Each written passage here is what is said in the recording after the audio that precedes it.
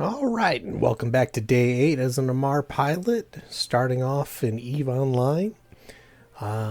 Last night, after I got done with the last video, I went ahead and started moving all my assets to the area where my corporation base is based out of. It just makes life a little easier. I can use alts to help me out for different things. But I first wanted to make sure I reset my home station to my current station in case my character dies and gets potted, that my clones will come back here.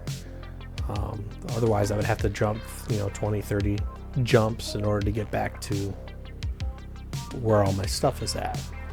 So as always, when we start a new day, you got the air daily goals. We're going to start off by doing 5 scans and a manufacturing an item, because those are honestly the easiest ones to do and the fastest to do.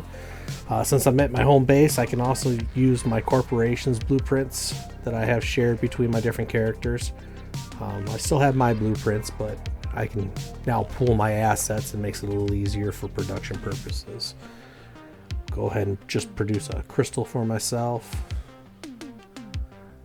And we'll get that knocked out of the way. And then we'll go on to doing scanning. Now, unfortunately, unlike when I was at the beginning career agent stations, where they have all the exploration training ground stuff to scan down, I'm not going to have that option. So we're going to have to scan down in a couple different areas today.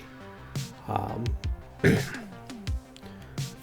think the first home system had 2, and then I had to jump to another area that had 3 or 4 that I was able to scan down to get my 5. In recent updates, the air daily goals added a 5th option, which is just to make 3 jumps through stargates. That's really easy. You just go back and forth through a stargate, have a ship that has a micro warp drive or a small frigate, and you can get it done in about a minute. But this is an older recording that I used to make this video. So right now I'm fit because I repackaged all my ships. I got to refit them all, put the scan probes on. I'm not doing anything special with it, but I usually like to keep 16 probes. That way it would automatically re-reload my probe launcher when I move from station to station, so I have to remember to load it, because it takes about 10 seconds, I think, to reload your probe launcher every time. So if you only have 8, you have to remember to recall your drones and then get them back in. So we'll scan down one quick cosmic anomaly here. I think it's just a wormhole. We'll see here in just a second. And it's just drag it around, shrink the scan range so you get tighter and tighter. You can also hit control and the mouse wheel to bring it in tighter. That just brings the probes closer. It doesn't decrease the scan range. So I usually bring it down to like 4 AU or even 2 AU, and then I might bring the probes closer, so that way I can get that higher percentage on the right side of the screen up. We just work that out a little bit. Now keep in mind, with all the videos in this series, the idea was, to figure out how to get through the air career missions, averaging about 2 hours a day or less.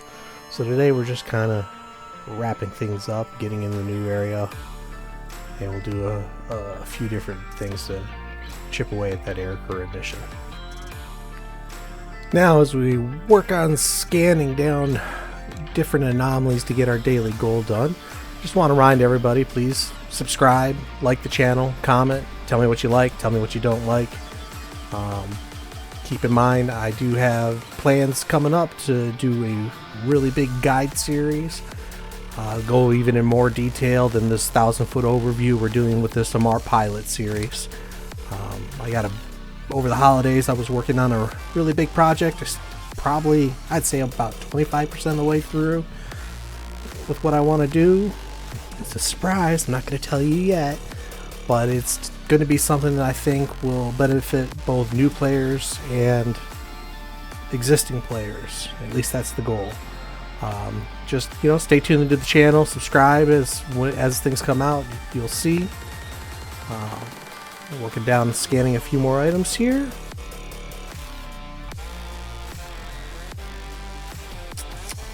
Got a little combat site.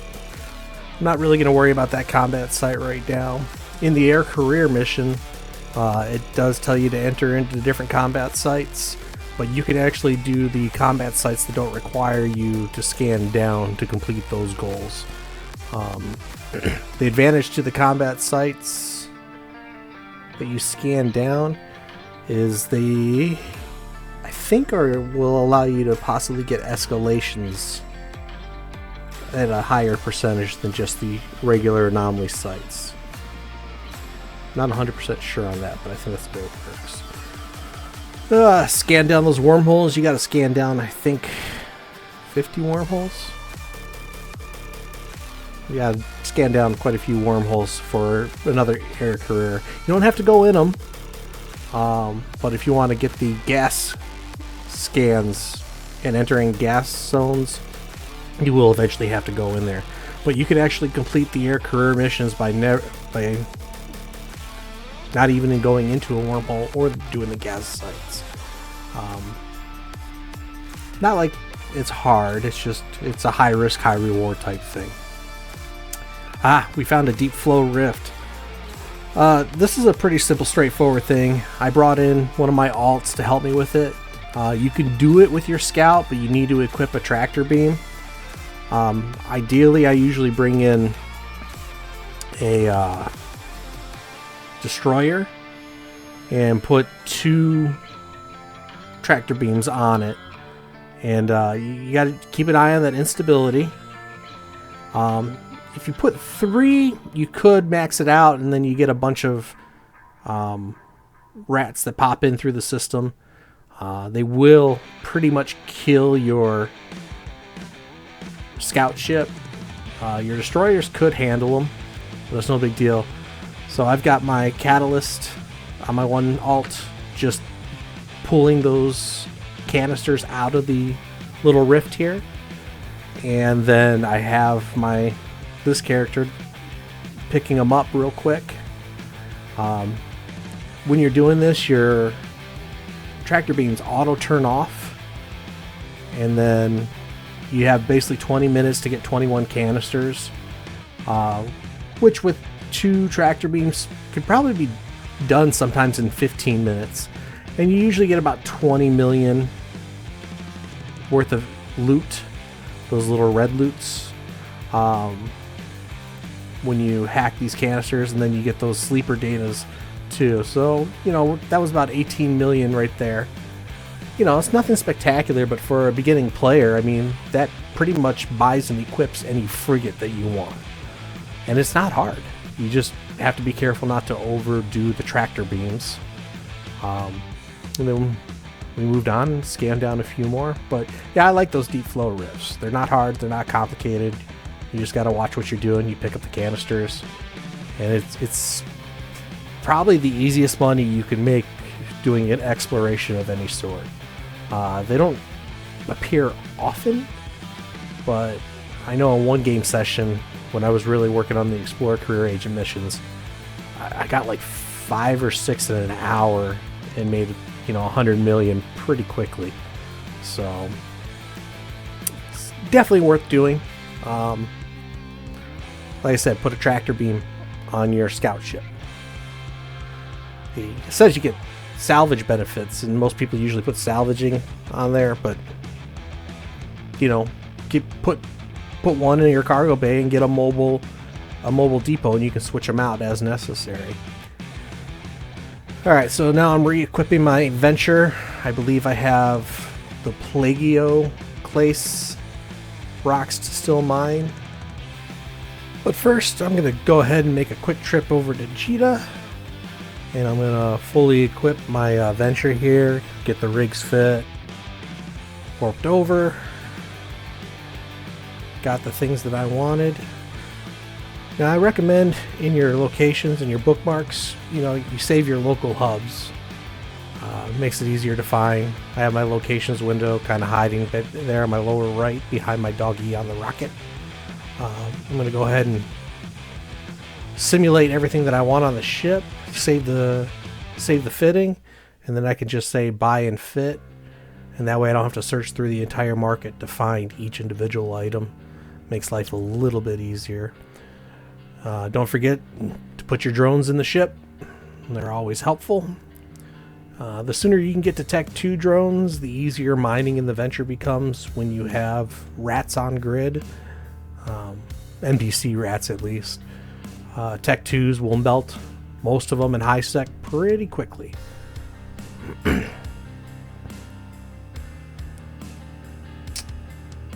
Alright, I think we're almost done here. And I will usually turn off the local chat because when you're in Jeddah, it just gets spammed with all these sales and the what's it called? The basically gambling to get a ship. Just ignore that. Anyway, quick warp back to our homestead area. We're gonna go ahead and find some plagio, and we'll go mine that up after I empty my cargo hangars.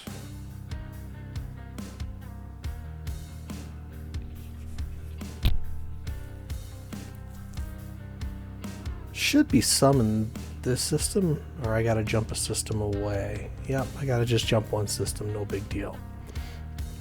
So check my mining hold, make sure there's nothing in there, check my drone bay, we're good to go. I'm gonna warp a system away. You know, I remember watching videos when they first introduced the mining frigate. I'm like, what's the point in that? You know, it's just a little frigate. Well, I gotta say, it's actually a very valuable ship to have. It allows you to mine in some dangerous areas that you wouldn't want to take your exhumers or your barges into. So, you know, I even took one of these ventures into Pochfin through a wormhole once and did some mining and actually made some decent money just sitting on one of their belts. But you gotta constantly directional scan to make sure nobody's going to jump on you.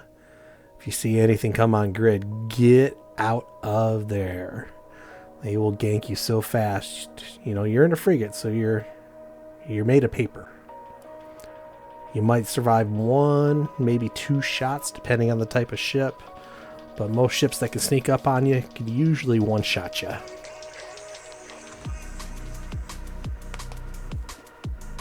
A little trick I like to do when I'm out in deep space is put one thing of titanium into your cargo bay, and then when you get where you're mining, jet can that by, you know, right clicking on it and jettisoning it, and then orbit that. If you try to orbit rocks, you will bounce off other rocks and it's kind of a headache. But if you're sitting at, let's say, 8,000 off your rocks and you mine that at 1,000, it allows you to keep momentum going, making it harder to track. I usually don't do it in high sec, but it is a little trick you can do. And then if you're mining in a fleet that's picking up stuff for you, you can always jet can into another canister. Right click on the canister and change the name to do not pick up.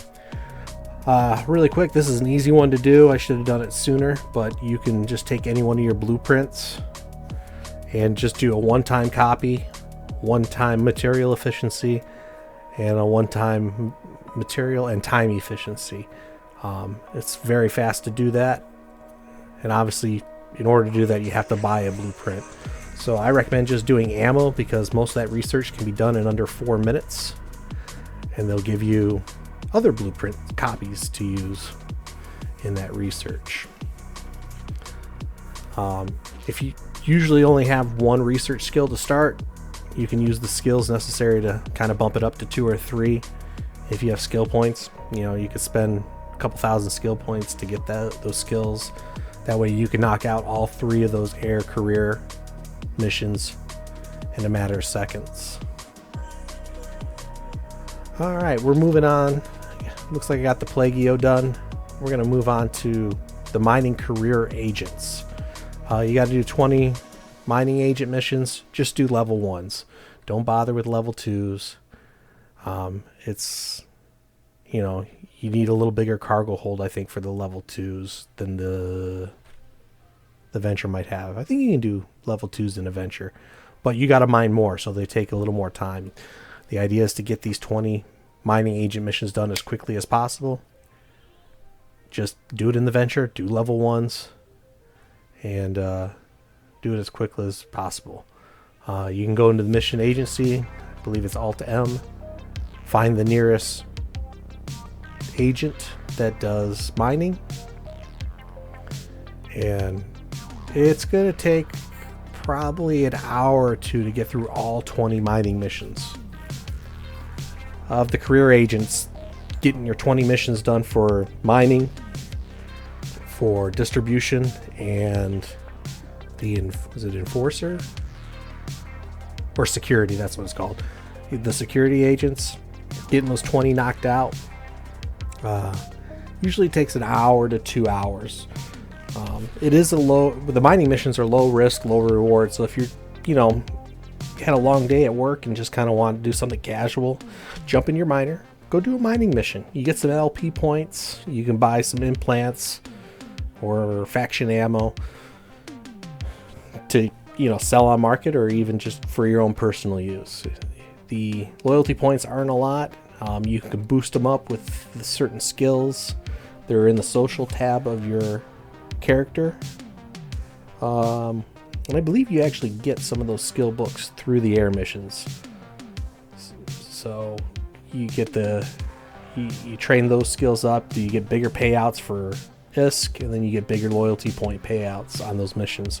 Every time you do one of these 20 mining agent missions, it's every 16 missions you complete, you'll get a faction arc mission.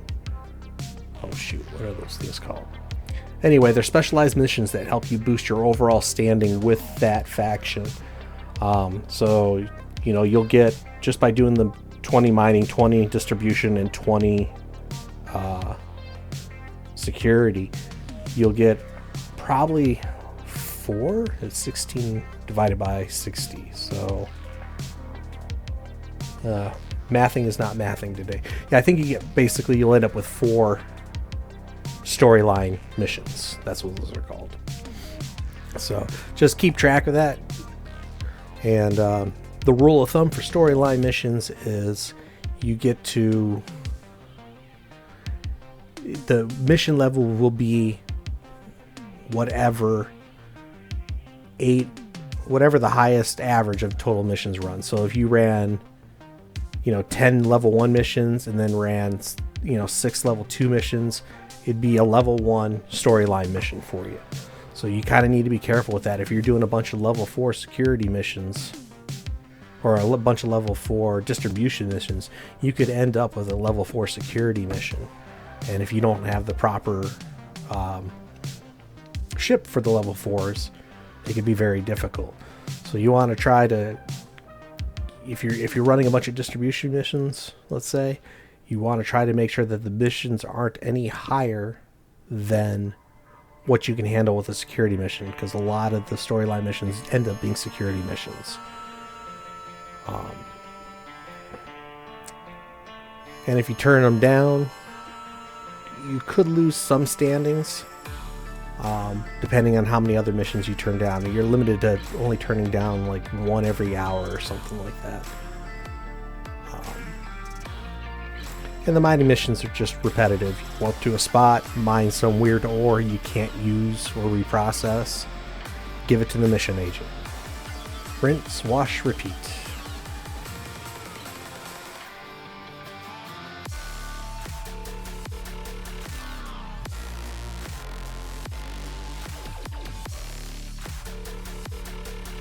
And we'll go ahead and give you a little bit of a cinematic view here with no overview. And you can see just, mining these rocks out, they disintegrate. Then you warp back to station. And go ahead and turn that mission in. We'll start another one. Rinse and repeat. Like I said, this is kind of quite the tedious part of completing the air programs, but you'll make a little decent ISK. It's relatively safe. I mean, the only way somebody's going to gank you in that area is if they scan you down. And honestly, this is not really worth it in high sec to just harass a player like that. Wouldn't worry about it too much. Now I'm going to prepare for the security missions while I'm mining. I'm going to go ahead and do a loadout for my destroyer. For the Amarr, this one in particular is the Corsair. One of the easiest things you can do is go to Eve Workbench, type in your ship, and they'll give you a lot of dumb fits, but it'll at least give you an idea of different ways to fit that ship. You'll have to experiment a little, you know, try to figure out how to get the maximum DPS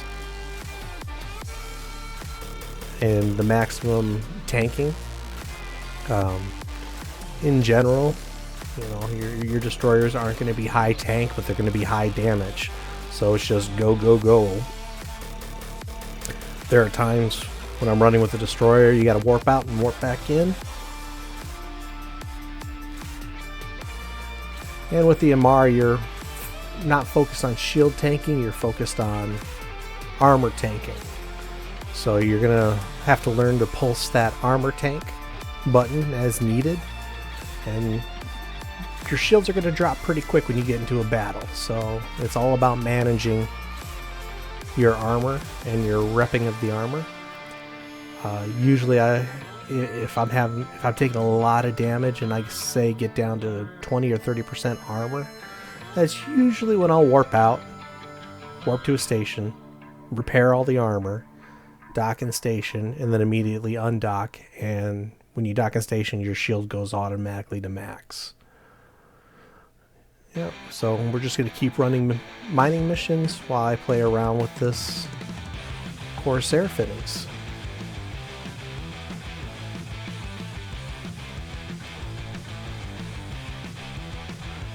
And once again, I mean, you're never safe in Eve, but with these mining missions, you're not mining anything of value. So if somebody's going to kind of come gank you because they want your mining haul, it's only going to do them good if they do mining missions to turn that particular ore in. There's like 4 or 5 types of ore for the mining missions. There's Mercium, there's... oh, I forget the different types, but they're pretty much worthless. I don't even think you can sell them on the open market. I think you have to sell them in contracts. And there's Boomer barking in the background.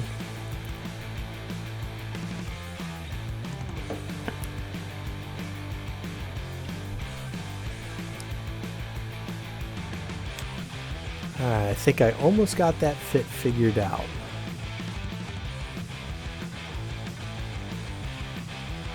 I always get the different tracking enhancers mixed up.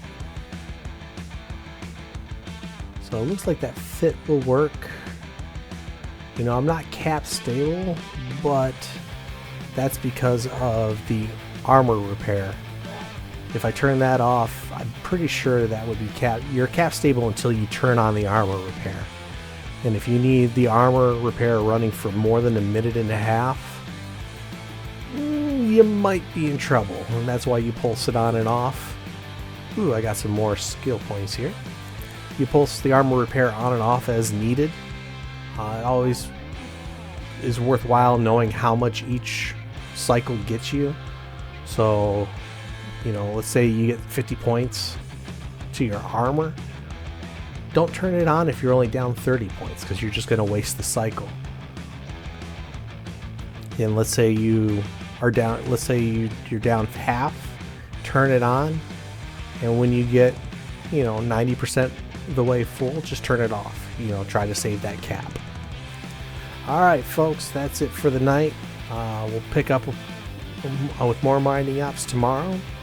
In the meantime, we'll see you online. Bye-bye.